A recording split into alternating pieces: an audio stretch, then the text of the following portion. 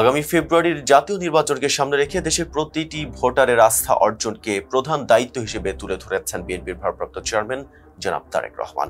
নিজের ফেসবুক পোস্টে তিনি জানিয়েছেন, আজকের এবং আগামী দিনের তরুণ প্রজন্মের আশা আকাঙ্ক্ষার প্রতিফলন ঘটাতে বিএনপি ছুটে যাচ্ছে তৃণমূল থেকে কেন্দ্র পর্যন্ত। সাংগঠনিক কাঠামোকে করছে আরো শক্তিশালী।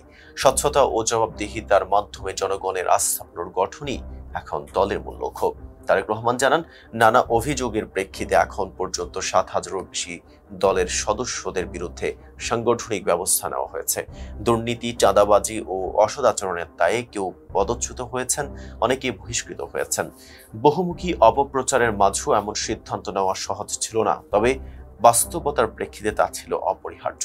শৃঙ্খলা কোনো দুর্বলতা নয়, সেটি আমাদের শক্তি উল্লেখ করে তিনি বলেন, নিজেদের সদস্যদের দায়বদ্ধ করার মাধ্যমে বিএনপি প্রমাণ করেছে সততার ব্যাপারে দল আন্তরিক।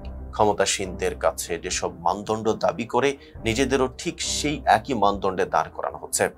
তারেক রহমান জোর দিয়ে বলেন, তরুণরা রাজনীতিকে ক্ষমতার খেলা হিসেবে দেখতে চায় না, তারা চায় অংশগ্রহণমূলক ও সেবামুখী রাজনীতি। সেই লক্ষ্যে বিএনপি শিক্ষা, স্বাস্থ্যসেবা, কর্মসংস্থান, জলবায়ু পরিবর্তন ও ডিজিটাল উদ্ভাবনের প্রতিশ্রুতি সহ 31 দফা কর্মসূচি বাস্তবায়নের রূপরেখা তৈরি করেছে।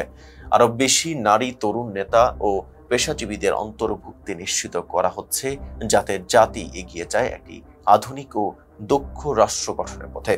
তিনি স্মরণ করিয়ে দেন, শহীদ প্রেসিডেন্ট জিয়াউর রহমান বহুদলীয় গণতন্ত্র ফিরিয়ে এনে জনগণের ক্ষমতায়নকে রাজনীতির কেন্দ্রে প্রতিষ্ঠা করেছিলেন। আর বেগম খালেদা জিয়া স্বৈরাচার ও ফ্যাসিস্টদের বিরুদ্ধে আপোষহীন সংগ্রাম করেছেন। সেই ঐতিহ্য ধারণ করেই বিএনপি এগোচ্ছে নতুন যুগে, যেখানে সততা, তরুণ নেতৃত্ব ও বৈশ্বিক প্রতিযোগিতার সক্ষমতা হবে রাষ্ট্র গঠনের মূল ভিত্তি। সহকর্মী ও নেতৃবৃন্দের উদ্দেশ্যে তারেক রহমান বলেন, আসুন আমরা ঐক্যবদ্ধ থাকি, শৃঙ্খলাবদ্ধ থাকি, জনগণের সেবায় প্রতিশ্রুতিবদ্ধ থাকি। আমি যেমন আপনাদের প্রত্যেকের উপর আস্থা রাখি, আপনারাও আমার উপর আস্থা রাখুন, তাহলেই গণতন্ত্রের পথ হবে আরো উজ্জ্বল। তারেক রহমানের এই বার্তা স্পষ্ট, বিএনপি এখন নিজেদের ভেতরে শৃঙ্খলা প্রতিষ্ঠা করে জনগণের আস্থা পুনরুদ্ধার করে এবং তরুণ প্রজন্মকে সামনে রেখে একটি জবাবদিহিমূলক রাষ্ট্র ব্যবস্থা গড়ে তুলতে চায়।